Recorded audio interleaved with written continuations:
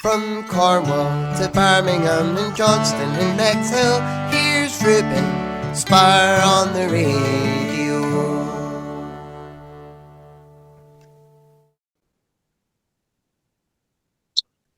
Hello to Francesca Confortini. How are you today? Oh, I'm great, thank you. How are you? I'm very well, thank you. Can you tell me, how long have you been a vocal coach for? Because I know you are at the Institute of Contemporary Music for Performance. So can you tell me more about that? Yeah. So first of all, I have to add as a premise that when I moved to London 10 years ago, I actually did move to study at the Institute of Contemporary Music Performance. And that was back in 2013. So it was literally 11 years ago. Oh, I never thought about it. Yeah. So I actually moved to study there. And then I basically was looking for a place to get some pop knowledge. And in Italy at the time, there was only classical music. It wasn't really formal education that you could get. And now it's completely different, but at the time it was like that. So when I moved over here, I studied there, I graduated, then moved on, did something else, did my master's, etc. But ICMP stayed in terms of being always my sort of point of reference, because the day after I graduated, I actually started working there. Not straight away as a vocal teacher, but I used to work in student events.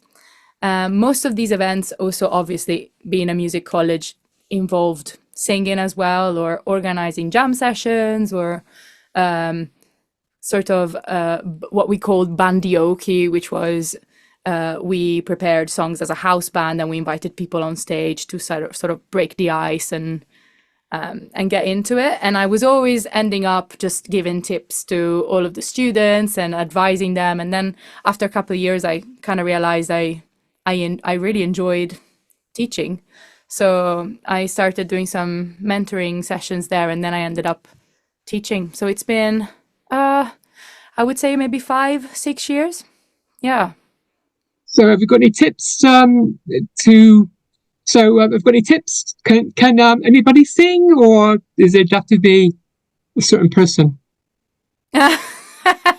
What do you mean with this? Is it the sort of, are there people who will never be able to sing? Is that the question? But in disguise. I mean, okay, to be fair, I think musicality is a thing that can be developed, for sure. But I think it's also undeniable that some people have it more developed than others, even before applying their time and effort to study the subject. So I think there's a certain inclination, I would say, for people to actually be closer to one instrument or the other.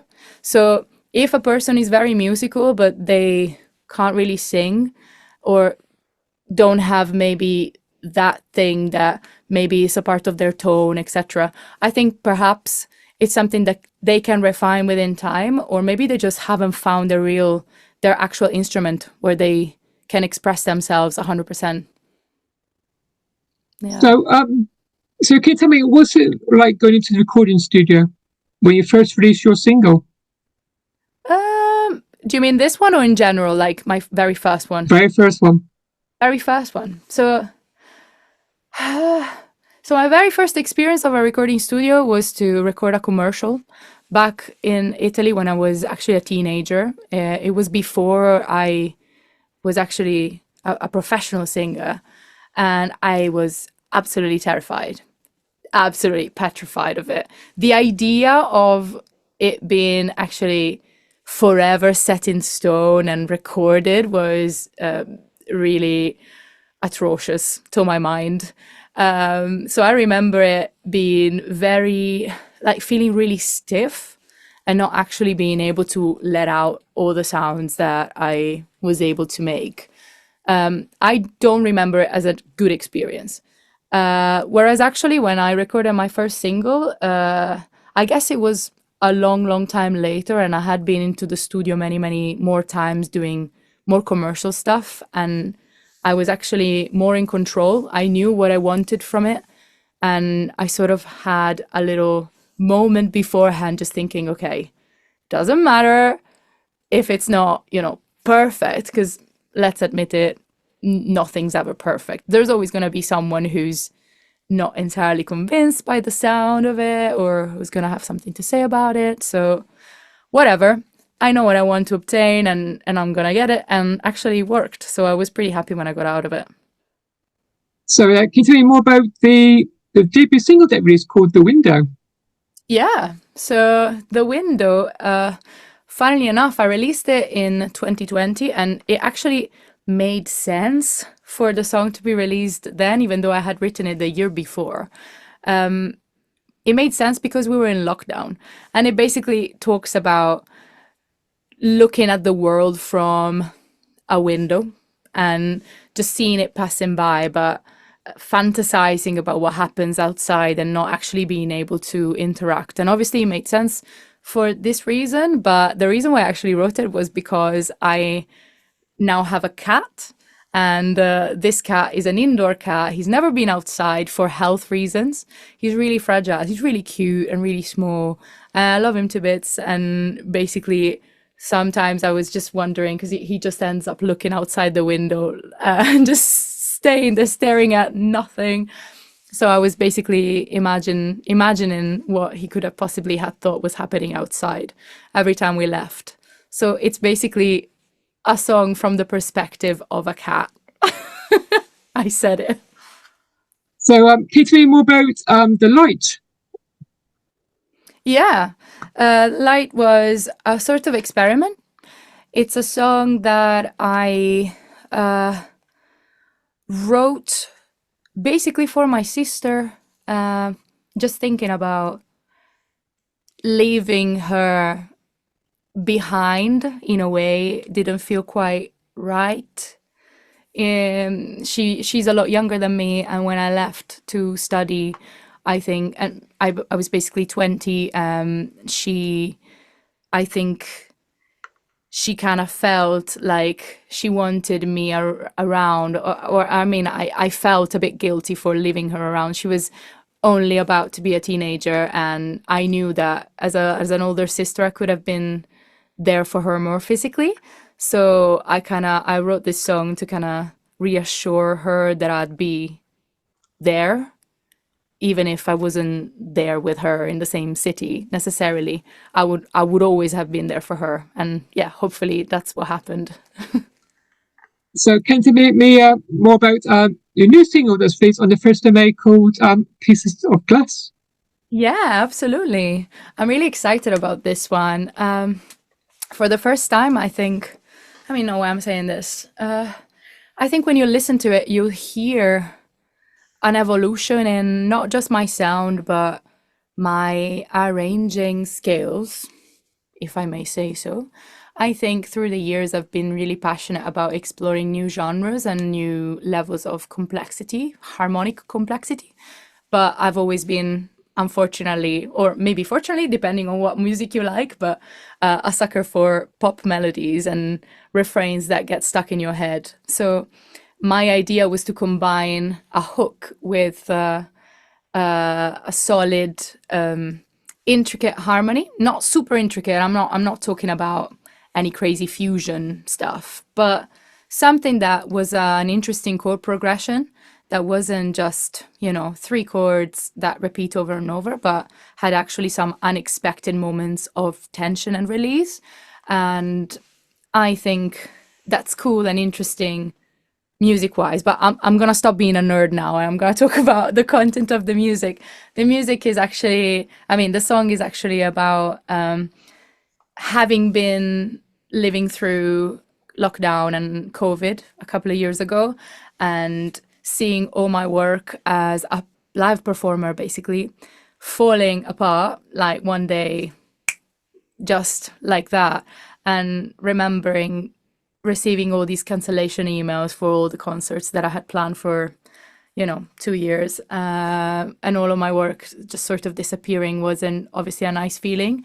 And I think it left a pretty deep scar or mark in me at the time. And I realized how fragile the possibilities that I had in front of me were at that point. So I use these pieces of glass as a sort of metaphor to look at all of the potential, shiny things that I could get moving to a city that is full of music and so vibrant, such as London, but then actually not being able to completely hold one of them, or holding one of them always has a sacrifice to it. Hence my lyrics being, they're glowing in the light, but they're cutting my hand when I touch them. So this is kind of, the whole concept. It's not a very pretty concept, but yeah, it is what it is. So you told me you got some gigs coming up. So can you tell me more about that? Yeah. So I've recently just done a gig. I'm just basically doing the opposite of what a good independent artist should do. They should probably put on a nice release party gig, but I decided to do my last gig with my quintet before the single was released. I don't know why. I just did it. So I've just done a nice little gig at 606 Jazz Club, which is very familiar to me. I've played there many times and I feel really safe in that stage, and I can try new material. And after that was out, I was like, okay, I'm ready to release my music now. That's it. So that was a couple of weeks ago. And now I will organize a release party after summer for my next single. But at the moment I have two that I think are worth mentioning. They're both in the UK. I'll be sharing the stage with an LA based pianist and composer, Brian Clemens. I've been working with him over the last 6 months. We've been writing some music together. I've been singing his stuff. He's been looking at my stuff as well. And we have a gig together in June. I believe it's on the 27th of June at the Hampstead Jazz Club in London. And we also have one in Nottingham at Peggy's Skylight on the 19th of September. So yeah, if you're around, come by. That'd be great. So can you tell me, how's being an independent artist for you? It's tough. It is not an easy job. I mean, I think being an independent artist is very misunderstood by everybody until they actually are an independent artist. I'll explain what I mean. I feel like for whoever is not yet, or not at all, a musician or an independent artist, they just think that being such only entails being, creating your music and just putting it out. But actually, I think it's an umbrella concept. You need to be 100 people all together. You need to be your own manager, your own booking agent, your own producer, your own arranger, your own PR, your own networking person, your own whatever, like person who decide, like stylist, anything, your own vocal coach. Luckily I am, so that's fine, at least. But there's so many aspects that actually, if you look at them, they could be a full-time job. Like a marketing person is a full-time job, or a stylist is a full-time job. So you have to do all of these things, and there's only 24 hours in a day. So it's really tough. If you have any tips, guys, just, pop them over. So finally, can you tell my listeners where can they find you on your social media? Yeah, absolutely. So I am on Instagram, TikTok, and Facebook. I don't generally use Twitter, or X, as it's now called. But yeah, you can easily find me on these 3 platforms. So my nickname is my 2 nicknames. One is my Italian one, which is Fra, and my English one, which is how people call me here, which is just Fran. So if you type in FRA_Fran_, you will find me everywhere. Thank you for letting me chat to you today. Sorry? Thank you for letting me chat to you today. No. Thank you. It was great. Yeah, I'm really glad. Enjoy the rest of your day. Thank you very much. And you too. Goodbye. Bye. Thank you. Goodbye. Bye.